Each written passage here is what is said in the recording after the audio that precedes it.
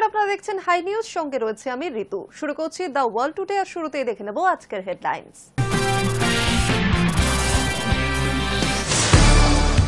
বিশ্বের অন্যতম বৃহৎ বইমেলা হিসেবে খ্যাত জার্মানির ফ্র্যাঙ্কফুর্ট পুস্তক মেলায় বিভিন্ন ভারতীয় ভাষার 17টি বইয়ের জার্মান অনুবাদ প্রকাশিত হল। শিশুপাঠ্য এই 17টি বইয়ের মধ্যে রয়েছে একটি বাংলা বইও। হাঙ্গেরির বুদাপেস্টে মুখোমুখি বসার কথা ছিল রাশিয়া ও আমেরিকার, কিন্তু ডোনাল্ড ট্রাম্প এবং ভ্লাদিমির পুতিনের সেই বৈঠক নিয়ে তৈরি হয়েছে অনিশ্চয়তা।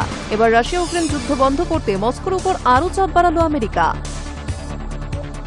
রাশিয়ার আক্রমণে ফের রক্তাক্ত ইউক্রেন। মঙ্গলবার ইউক্রেনের রাজধানী কিয়েভে সহ একাধিক শহরে মুহুর্মুহু ড্রোন এবং মিসাইল হামলা চালায় রুশ সেনা। ঘটনায় এখনো পর্যন্ত মৃত্যু হয়েছে 6 জনের, আহত সংখ্যা বহু। অপারেশন সিন্দুরে ছাড়খাড় হয়েছিল 9টি জঙ্গি ঘাঁটি। সেই তালিকায় ছিল জৈশ-ই মোহাম্মদের জিহাদ বিশ্ববিদ্যালয়। এবার মহিলা জঙ্গি তৈরিতে অনলাইন কোর্স শুরু করেছে জঙ্গি সংগঠনটি। বিশ্বের অন্যতম বৃহৎ বইমেলা হিসেবে খ্যাত জার্মানির ফ্র্যাঙ্কফুর্ট পুস্তক মেলায় বিভিন্ন ভারতীয় ভাষার 17টি বইয়ের জার্মানি অনুবাদ প্রকাশিত হল। শিশুপাঠ্য এই 17টি বইয়ের মধ্যে একটি বাংলা বইও রয়েছে বলে খবর।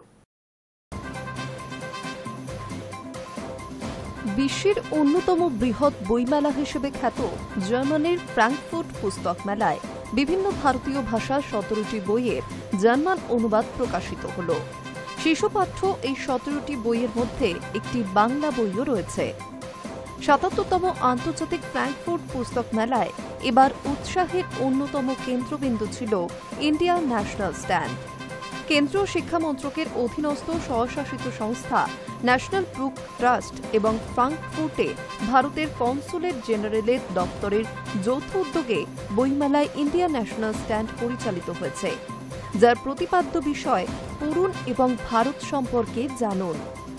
জার্মানিতে ভারতের কনসাল জেনারেল সুচিতা কিশোর ভারতের ইন্ডিয়া ন্যাশনাল স্ট্যান্ড এবং ইন্ডিয়া স্টেজের উদ্বোধন করেছেন। অনুষ্ঠানে মাননীয় দেশি ও বিদেশি অতিথিদের উপস্থিতির পাশাপাশি ছিলেন ন্যাশনাল বুক ট্রাস্টের চেয়ারম্যান মিলিন্দ সুধাকর মরাঠে। ভারতের পক্ষে এই বইমেলার সবচেয়ে উল্লেখযোগ্য বিষয় হল ভারতীয় ভাষায় লেখা 17টি বইয়ের জার্মান অনুবাদ। বইগুলি বিভিন্ন ভারতীয় ভাষা থেকে জার্মানে অনুবাদ করেছেন অ্যাডেলে হ্যানিক টেম্বে, সাবিনা মুলার, থমাস ভগেল, শাহিদ কাপুর, জয়শ্রী হরি যোশী। অনুদিত বইগুলির তালিকায় রয়েছে ঐন্দ্রিলা মিত্রের লেখা এবং প্রণবেশ মাইতির অলঙ্কৃত একটি গাছ একলা। পুস্তক প্রকাশ কর্মসূচি এবং আলোচনা চক্রে শিক্ষাবিদ সাবিনা মুলার, থমাস বগেল বক্তা হিসেবে উপস্থিত ছিলেন। সেখানে ভারতের কনসাল জেনারেল শ্রীমতী সুচিতা জানান, ভারতীয় এই শিশুপাঠ্য বইগুলির জার্মান অনুবাদ হওয়ার ফলে সবচেয়ে বেশি উপকৃত হবেন প্রবাসী ভারতীয়দের সন্তানরা। তিনি বলেন, ওরা দেশীয় সংস্কৃতির সান্নিধ্যে আসার সুযোগ পাবে। শুধুমাত্র ভারতীয় এমন নয়, বরং ইউরোপের মানুষরাও ভারতীয় আচার সংস্কৃতি সম্পর্কে জানতে পারবেন। ওই অনুষ্ঠানে ভারতের 12টি প্রকাশনা সংস্থার প্রতিনিধিরা হাজির হয়েছিলেন। এছাড়াও ভারতের প্রায় 90টিরও বেশি প্রকাশনা সংস্থার একাধিক বই ভারতের মঞ্চে প্রদর্শিত হয়েছে। ন্যাশনাল বুক ট্রাস্টের একাধিক বাংলা বইয়ের পাশাপাশি রামকৃষ্ণ মিশনের 4টি বই, উদ্বোধন 125, স্মরণে মননে বিশ্লেষণে রামকৃষ্ণ মিশন 125, ধ্যানলোকে শ্রীমা সারদা দেবী, মহাবীর শ্রী হনুমান এই বইমেলায় প্রদর্শিত হয়েছে। বইমেলার ইন্ডিয়া স্টেজ মঞ্চে ভারতের তরফ থেকে একাধিক আলোচনা চক্রের আয়োজনও করা হয়েছে। ইউরোপীয় ইউনিয়ন, গ্রিস, ফিলিপিন্স, আলজেরিয়া, কলম্বিয়ার বিশিষ্ট জনেরা তাতে যোগও দিয়েছেন। ভারত ফিলিপিন্সের আলোচনা অন্যতম আকর্ষণের কেন্দ্রবিন্দু ছিল, কারণ ৭৭তম ফ্র্যাঙ্কফুর্ট পুস্তক মেলায় এবারের অতিথি দেশ ছিল ফিলিপিন্স। জার্মান শিক্ষাবিদ রোমান মাইস্ট, ম্যাথিয়াস কজাত, ভিক্টর গ্যাটিস ভারতীয় শিক্ষা ব্যবস্থা, আয়ুর্বেদ, যোগ, বাস্তুশাস্ত্র সম্পর্কে বিস্তারিত আলোচনা করেন। ভারতীয় মঞ্চ নির্মাণের দায়িত্বে ছিল national institute of design. Mithila শিল্পকলার ভাবনাকে প্রাধান্য দিয়ে মঞ্চের নকশা পরিকল্পনা করা হয়েছে। সেখানে ভারতের জাতীয় পাখি ময়ূর এবং তার রঙের বৈচিত্র্যকে তুলেও ধরা হয়েছে। ভারতের বহু অঞ্চলের একাধিক ভাষা, রীতিনীতি, সংস্কৃতি সেই বিচিত্র রঙের সমাহারের মধ্যে দিয়ে প্রকাশিত হয়েছে ইন্ডিয়ান ন্যাশনাল স্ট্যান্ড এবং ইন্ডিয়া স্টেজে। Hi news network.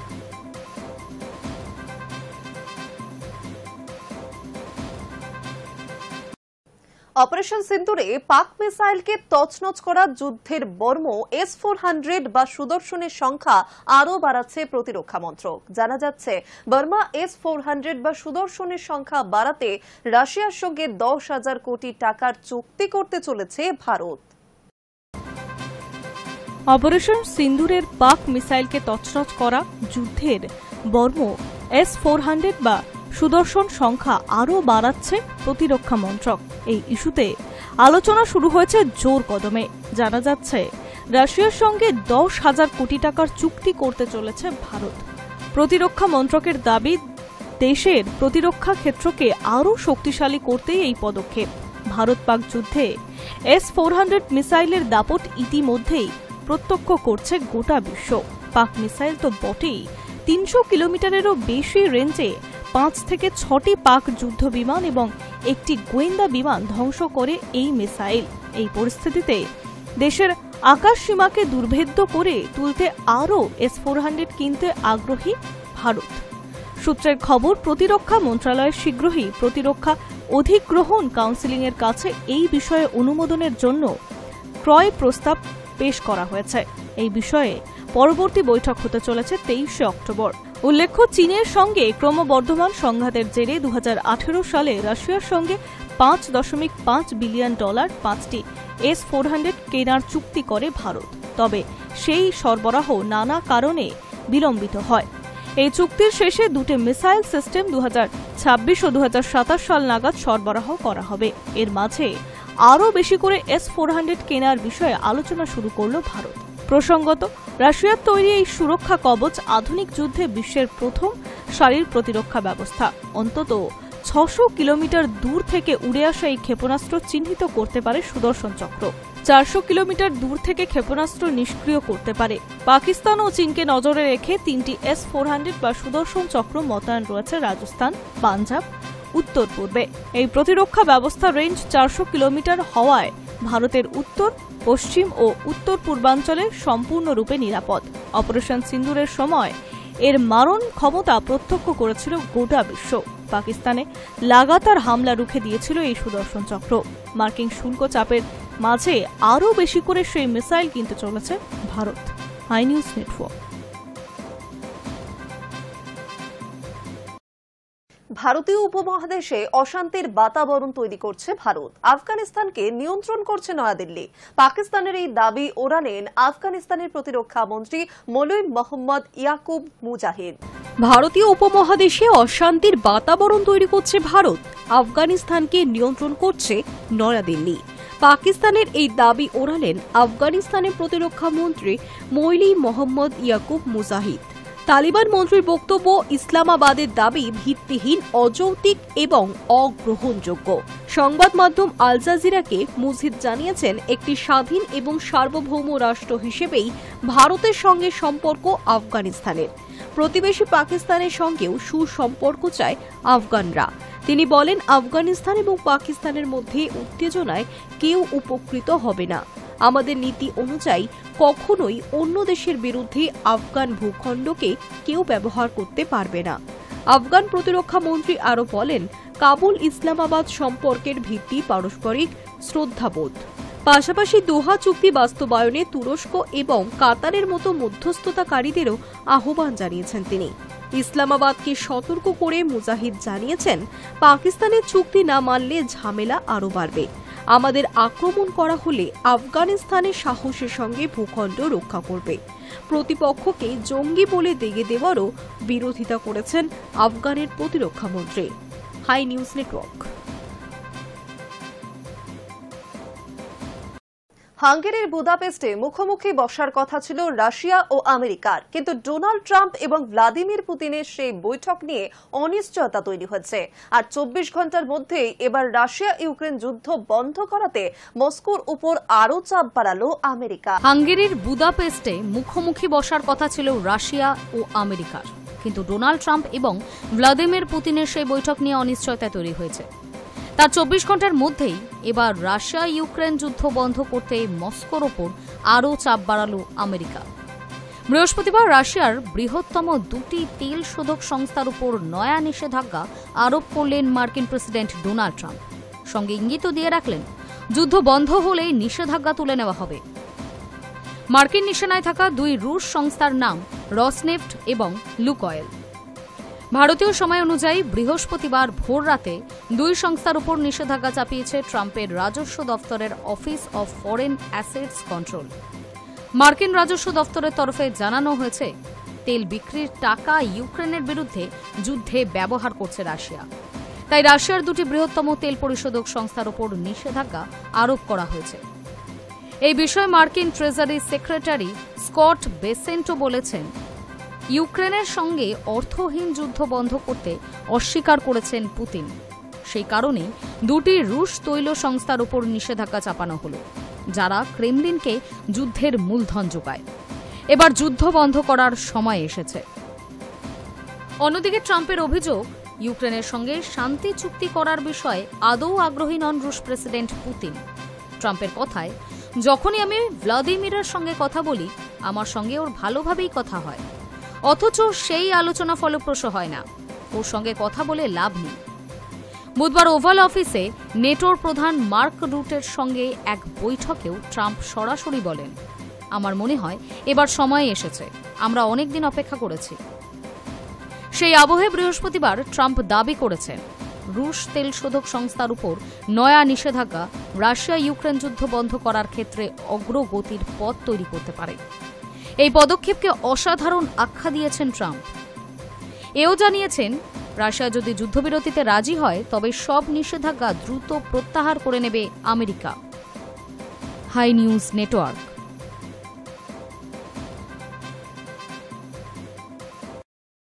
রাশিয়ার আক্রমণে ফের রক্তাক্ত ইউক্রেন। মঙ্গলবার ইউক্রেনের রাজধানী কিয়েভে সহ একাধিক শহরে মুহুর্মুহু ড্রোন এবং মিসাইল হামলা চালায় রুশ সেনা। ঘটনায় এখনো পর্যন্ত অন্তত 6 জনের মৃত্যুর খবর পাওয়া গিয়েছে, আহত সংখ্যা বহু। রাশিয়ার আক্রমণে ফের রক্তাক্ত ইউক্রেন। মঙ্গলবার ইউক্রেনের রাজধানী কিয়েভে সহ একাধিক শহরে মুহুর্মুহু ড্রোন এবং মিসাইল হামলা চালিয়েছে রুশ সেনারা। ঘটনায় এখনো পর্যন্ত 6 জনের মৃত্যুর খবর পাওয়া গিয়েছে, আহতের সংখ্যা বহু। ইউক্রেনের সেনার তরফে দাবি করা হয়েছে, শয়ে শয়ে মিসাইল, ড্রোন এবং ফাইটার জেট নিয়ে রাজধানী কিয়েভ, খার্কিভ সহ একাধিক শহরে হামলা চালিয়েছে রাশিয়া। ঘটনায় মৃত্যু হয়েছে অন্তত 6 জনের, আহত হয়েছে অসংখ্য মানুষ। রুশ আক্রমণে ধ্বংস হয়ে গিয়েছে বহু ঘরবাড়ি। শুধু তাই নয়, একাধিক বহুতল এবং ভবনে আগুন লেগে গিয়েছে। রাতভর এই ধ্বংসযজ্ঞ চালানো হয়েছে বলে দাবি ইউক্রেনের। ইউক্রেনের প্রেসিডেন্ট জেলেন্সকি এই হামলায় কড়া নিন্দা করেছেন। তিনি এক্স হ্যান্ডেলে লিখেছেন, ফের প্রমাণ হয়ে গেল রাশিয়া যুদ্ধ বন্ধ করতে বিন্দুমাত্র আগ্রহী নয়। উল্লেখ্য, 3 বছরেরও বেশি সময় ধরে যুদ্ধ জারি রয়েছে রাশিয়া ও ইউক্রেনের মধ্যে। মার্কিন প্রেসিডেন্ট ডোনাল্ড ট্রাম্প এই যুদ্ধ থামাতে চেষ্টা করলেও বিশেষ সমাধানের রাস্তা বের হয়নি। দুই দেশের প্রেসিডেন্টের সঙ্গে আলাদা আলাদা বৈঠক করেন তিনি, কিন্তু তাও কোনো রফাসূত্র মেলেনি। এই পরিস্থিতিতে রুশ প্রেসিডেন্ট ভ্লাদিমির পুতিনের সঙ্গে হাঙ্গেরির বুদাপেস্টে ফের একপ্রস্থ বৈঠকে বসার কথা ছিল ট্রাম্পের, কিন্তু সম্প্রতি মার্কিন প্রেসিডেন্ট সাফ জানিয়ে দিয়েছেন তিনি সময় নষ্ট করতে চান না। তিনি বলেন, আমি একটা অর্থহীন বৈঠক করতে চাই না, নিজের সময়ও নষ্ট করতে চাই না। দেখা যাক না কি হয়। Hi news network.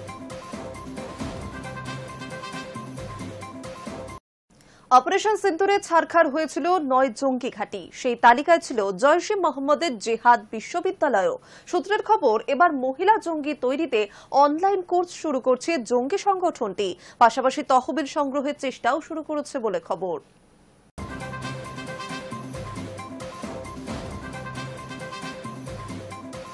অপারেশন সিন্দুরে ছারখার হয়েছিল 9টি জঙ্গি ঘাঁটি। সেই তালিকায় ছিল জয়শ-ই মোহাম্মদের জেহাদ বিশ্ববিদ্যালয়ও। ভারতের বিরুদ্ধে ফের ষড়যন্ত্র চালাতে তা পুনর্গঠনে উঠে পড়ে লেগেছে মাসুদ আজহার এবং তার সঙ্গীরা। ইতিমধ্যেই মহিলাদের জন্য একটি শাখা খুলেছে জৈশ, যার নাম দেওয়া হচ্ছে জামাত উল মুমিনাত। গোয়েন্দা সূত্রে খবর, এবার মহিলা জঙ্গি তৈরিতে অনলাইন কোর্স শুরু করছে জঙ্গি সংগঠনটি। পাশাপাশি তহবিল সংগ্রহের চেষ্টাও শুরু হয়েছে। কোন প্রক্রিয়ায়? মাছের তেলে মাছ ভাজার পরিকল্পনা করেছে জৈশ। মহিলা শিক্ষার্থীদের কাছ থেকে অনুদান হিসেবে পাকিস্তানি মুদ্রায় 500 টাকা করে নেওয়া হবে বলে খবর। এভাবেই তহবিল সংগ্রহ করতে চাইছে জঙ্গি সংগঠনটি। জানা গিয়েছে, আগামী 8ই নভেম্বর থেকে প্রতিদিন 40 মিনিটের অনলাইন সেশন হবে। সবচেয়ে বড় কথা, মহিলাদের শিক্ষিকার ভূমিকায় থাকছেন জৈশ প্রধান মাসুদ আজহারের 2 বোন সাদিয়া আজহার এবং সামাইরা আজহার। এছাড়াও পুলওয়ামায় হামলাকারীদের স্ত্রীরাও জেহাদের পাঠ দেবেন বলে খবর। এই প্রশিক্ষণের মাধ্যমে জামাত উল মুমিনাতের সদস্য সংখ্যা বাড়াতে চাইছে এই জঙ্গি সংগঠনটি। উল্লেখ্য, গত 8ই অক্টোবর বাহওয়ালপুরের মার্কাজ উসমান ও আলীতে জৈশের মহিলা শাখা জামাত উল মুমিনাত গঠনের কথা ঘোষণা করেছিল মাসুদ আজহার। এরপর গত 19 অক্টোবর সংগঠনটি পাক অধিকৃত কাশ্মীরের রাওয়ালকোটে নতুন ইউনিটের জন্য মহিলা সদস্য নিয়োগে দুখতারান-ই-ইসলাম নামে একটি অনুষ্ঠানের আয়োজন করেছিল। এবার 500 টাকা অনুদানের বিনিময়ে অনলাইনে জেহাদের পাঠ দেওয়াও শুরু করল মাসুদের এই জঙ্গি সংগঠনটি। High news network.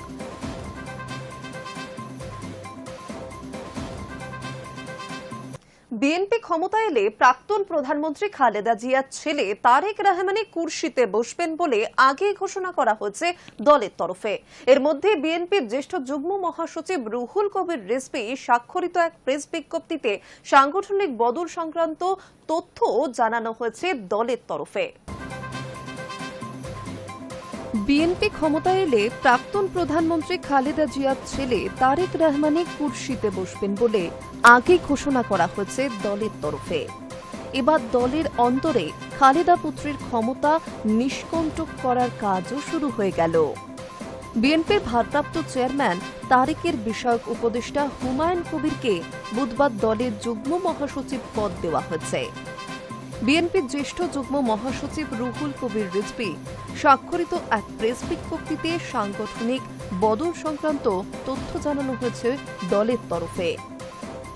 তারেক বর্তমানে লন্ডন প্রবাসী, তবে আগামী ফেব্রুয়ারিতে জাতীয় সংসদের নির্বাচনের আগেই তিনি দেশে ফিরবেন বলে জানিয়েছে খালেদার দল। সম্প্রতি ঢাকা, চট্টগ্রাম, রাজশাহী সহ বিভিন্ন বিশ্ববিদ্যালয়ের ছাত্র সংসদের ভোটে জামায়াতে ইসলামের ছাত্র সংগঠন ইসলামী ছাত্র শিবিরের কাছে পরাস্ত হয়েছে বিএনপির ছাত্র সংগঠন জাতীয়তাবাদী ছাত্র দল। এই আবহে নতুন প্রজন্মের নেতা হুমায়ুনকে গুরুত্বপূর্ণ দায়িত্ব দেওয়া হল। শেখ হাসিনার নেতৃত্বাধীন আওয়ামী লীগ সরকারের পতনের পরে গত বছরের 8ই আগস্ট মোহাম্মদ ইউনূসের নেতৃত্বাধীন অন্তর্বর্তী সরকার শপথ নিয়েছিল। এরপরেই খালেদা এবং তারেকের বিরুদ্ধে বিভিন্ন ফৌজদারি মামলা তুলে নেওয়ার প্রক্রিয়া শুরু হয়েছিল। খালেদার কারাদণ্ড মকুব করে দিয়েছিলেন রাষ্ট্রপতি মোহাম্মদ শাহাবুদ্দিন, তবে তারেক গ্রেপ্তারের আশঙ্কায় আর দেশে ফেরেননি। গত 1 বছর ধরে তার বিরুদ্ধে বিভিন্ন আদালতে করা মামলাগুলি বন্ধ করার প্রক্রিয়াও চলছে। ইতিমধ্যে 21শে আগস্ট গ্রেনেড হামলা, জিয়া চ্যারিটেবল ট্রাস্ট দুর্নীতি, আয়ের সঙ্গে সঙ্গতিহীন সম্পত্তি সহ সবকটি গুরুত্বপূর্ণ মামলা থেকে তারেককে অব্যাহতি দেওয়া হয়েছে। Hi news network.